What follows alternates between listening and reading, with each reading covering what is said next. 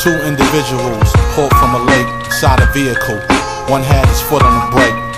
The windows was fully up and the doors was locked. The news made the headline and the town was shocked. The driver was clutching a can of high C. His jacket was tied to a nearby tree. His jeans had dye in them. An unusual tattoo was the only hope of identifying him. The autopsies revealed gunshot wounds. Dental records matched to a newlywed groom. This accident was a cover-up for homicide. Two who might have stayed alive from paying bribes. The chief's investigators had relied on the media for help to track down the perpetrators. They canvassed the neighborhood for standard procedure and visited the home of a topless skeezer who was at the bar where he was last seen alive. Left with them just 10 minutes after they arrived.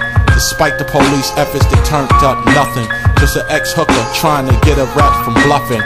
But the wide publicity had just paid off from a hard rock inmate who was just made soft. He said he knew a man who killed the pop star and almost got caught by a passing cop car. The inmate said probably the motive was robbery. And knowing this and keeping it a secret, it bothers me. He said this individual killed for low billings and purchased the murder kit blocks from a killing. The sheriff's office had no time to waste, plus the inmate made a deal to avoid the case. So he cooperated fully and snitched on his chop shop mechanic who used to move bodies on the pulley. And extortionists involved in similar incidents. Payments that came in $1,000 increments. Suspicious activities had flooded the place, so they subpoenaed phone records for the cause to trace. The hair that was taken from his car interior was that of a young girl who felt inferior. She died fighting and probably aroused his anger, holding on for life as she faced the strangler. The crime seemed to be sexual in nature.